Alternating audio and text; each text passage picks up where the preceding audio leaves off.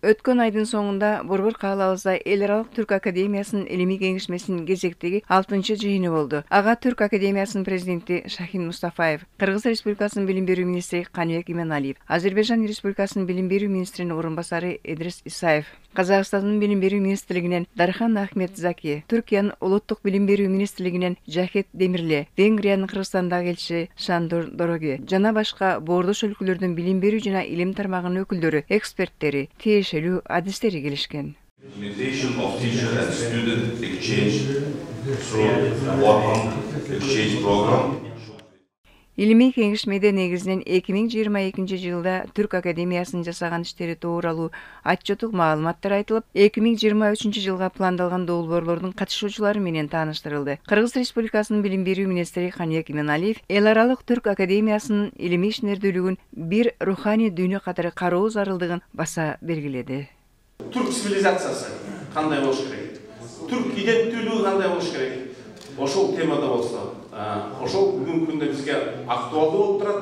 Биз өз ара гана эмес, тышкы күчтөр бизге бул түрк биримдиги, түрк цивилизациясы бир руханий чөлкө, бир руханий биримдик, бир руханий дүйнө катары караш керек. Биз ошого жетише алсак, анда мен ойлойм 21-жылы бул түрк дүйнөсүнүн болот. Сөзүмдүн соңунда бир-эки сөздү кайталап айткым келет. Бул сөздүн жазылганына 1500 жыл болду. Балким аны түрк баласы, Азербайжан баласы, кыргыз баласы, венгер баласы же казак баласы жазган. Бирок так билем аны түрк баласы жазган. Ал эки ооз сөз мындай. Биринчиси бул сужеде Орхон Енисей жазуусунда табылган жазуу. Мага которуп берген биздин мыкты окумуштуу Нурдин Исаев. Уулдарым элдердин арасында устатыңар сыяктуу болду. Мындан 1500 жыл илгери түрк балдары агайын сыйлады. Мугалимин сыйлады. Илимий кеңешменин катышуучуларынын айтуусунда эл аралык Түрк академиясынын келечекте аткара турган илимий изилдөө иштеринин санарбын. Мындай талкууларда келечектеги иш-чаралардын планы белгиленип, эл аралык Түрк академиясынын жетекчилигинин кезеги улам бир мамлекеттен кийинки мамлекетке өткөрүлүп берилип турат. Жыл сайын Түрк академиясынын гылымий кеңесинде осы биздин уюмубуздун келешек жоспарлары, иш-чаралар жоспарлары бекитиледі, гылымий багыттар бекитиледі, карастырылат. Быйылда осы маселелер карастырылып жатыр. Көптеген гылымий жобалар уюмдастырылуу жоспарлануда Түрк академиясы ретинде. Сиздер де билесиздер, былтыр Самаркандта өткен Түрк мемлекеттер уюмунун саммитинде Түрк академиясынын башчылыгы Казакстандан Азербайжанга өттү. Быйылгы гылымий кеңештин мүчөлөрү да катышып отурган бул мүчө мемлекеттерибиз және байкаушы мемлекеттерибиз. Булар Азербайжан, Казакстан, Кыргызстан, Түркия билим және гылым министрлигинин өкүлдөрү, сонымен катар бакылаушы мемлекеттерибиздин Мажарстан мен Өзбекстан.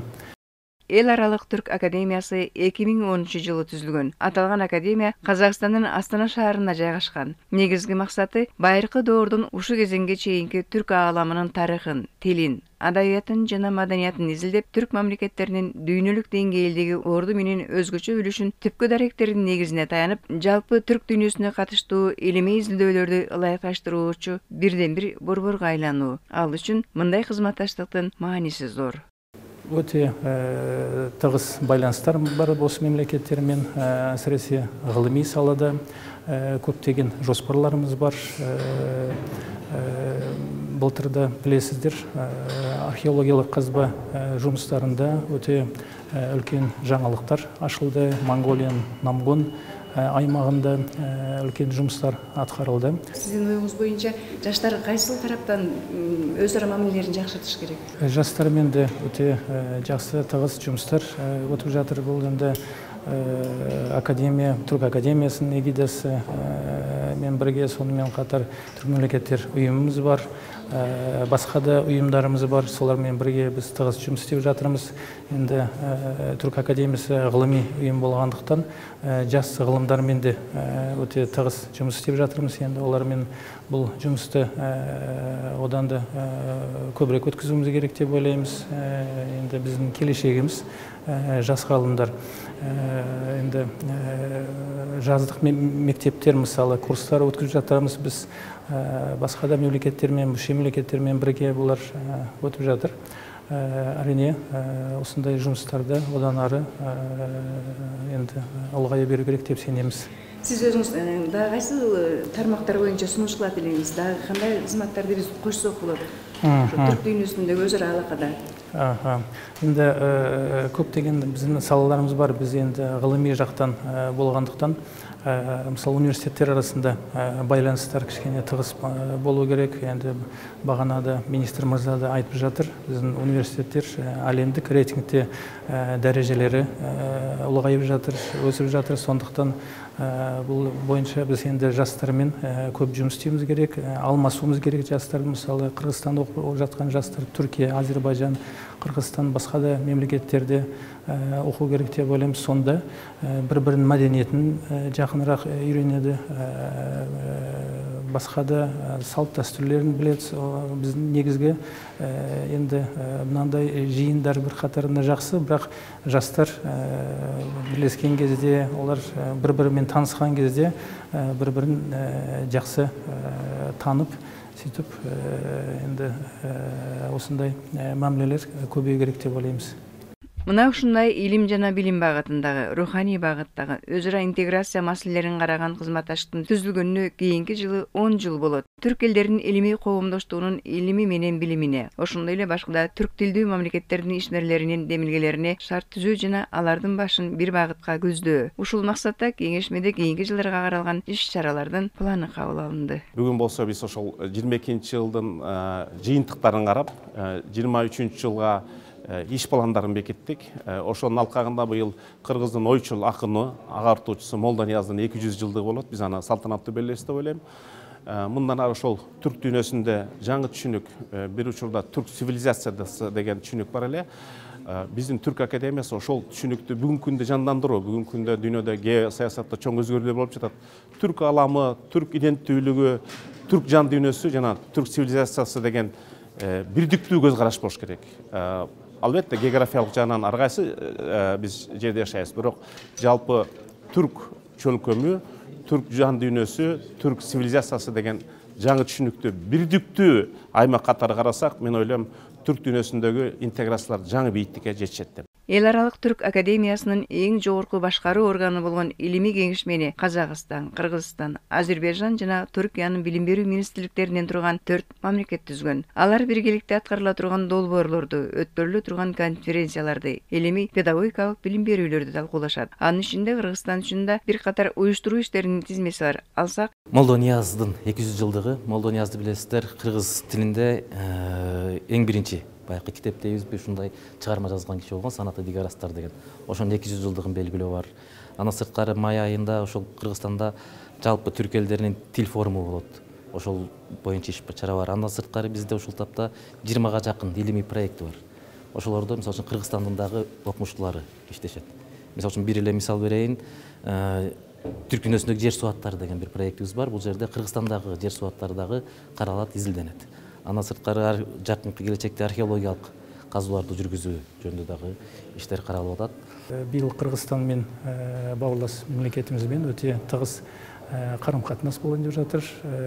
Быйыл да бизди кабылдап жаткан Кыргызстан билим жана гылым министрлигине биз алгысыбызды айткыбыз келет. Жаңа тагайындалган министрге де баары жакшылык тилейбиз.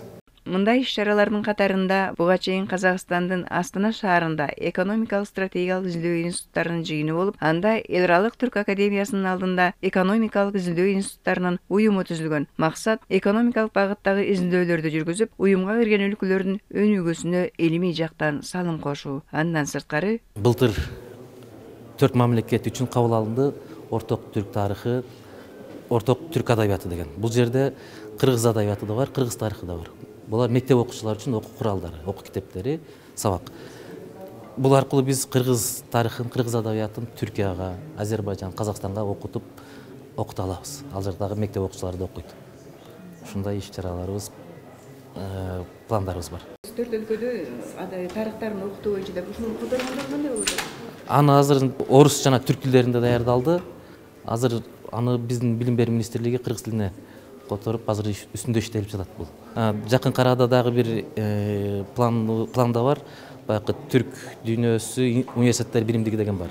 Ошонун академиянын алкагында иштетүү, университеттер ушу Азербайжан, Казакстан, Түркиянын университеттеринин арасында студенттерди алмаштыруу иши дагы каралып жатат. Сиз айткан жолдой иш-чараларды өткөрүүдө албетте каржы маселеси бар, ушулар кандай каралат? Академиянын бюджети 4 мамлекет тарабынан каржыланат, ошонун эсебинен болот.